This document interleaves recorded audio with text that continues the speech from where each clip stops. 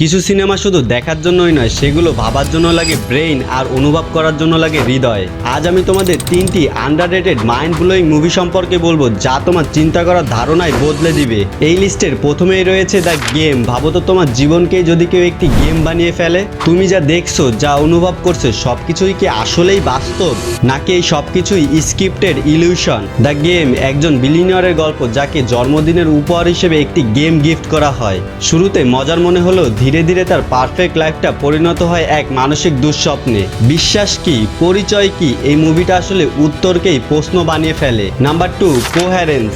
একটি dinner party, 8 জন বন্ধু আর আকাশে একটি ভাঙা নক্ষত্র। শুনতে নর্মাল লাগলেও এই রাতটি পাল্টে দেয় সবকিছু। কোহেরেন্সের বাজেট ছিল অনেক কম, বাট বিলিভ মি, এটি একটি মাস্টারপিস। তারা পতনের পর একটা স্ট্রেঞ্জ ঘটনা ঘটে, যেন পৃথিবী তার ডুপ্লিকেট হয়ে যাচ্ছে। একই জায়গায় একই রকম মানুষ। প্যারালাল ইউনিভার্স নাকি সবটাই এক কোয়ান্টাম খেলা? এই সিনেমাটা এমনভাবে বানানো হয়েছে যে তুমি একটি সিন দেখার পরে থমকে যাবে এবং রিওয়াইন্ড করে আবার দেখবে ও থিওরি বানাবে। এক কথায় মাথা পুরো ঘুরিয়ে দেওয়া movie. Number 3, predestination. Time travel movie অনেক দেখেছো তাই না?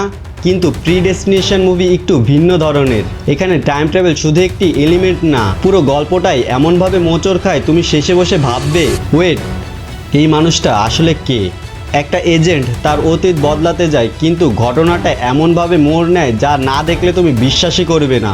This is one of those rare film যেখানে পাস্ট, প্রেজেন্ট, ফিউচার সবকিছু গেঁথে গেছে একসাথে একটি ক্যারেক্টারের মাধ্যমে। আর প্রতিটি টুইস্ট এমন যে তুমি শেষ পর্যন্ত বসে থাকবে চুপচাপ চোখ বড় করে। এই 3টি মুভি তুমি না দেখলে তুমি সত্যি অনেক কিছু মিস করে ফেলেছো। এই মুভিগুলো তুমি আমার টেলিগ্রাম চ্যানেলে পেয়ে যাবে এবং কমেন্টে তোমার প্রিয় মুভি কোনটা সেটি জানাতে ভুলবে না। আর ভিডিওটা এই পর্যন্ত দেখেছো, তার মানে অবশ্যই তোমার এই ভিডিওটার কনসেপ্ট অবশ্যই ভালো লেগেছে। তাই এমন সব ভিডিও পেতে চ্যানেলটিকে সাবস্ক্রাইব করে দিও।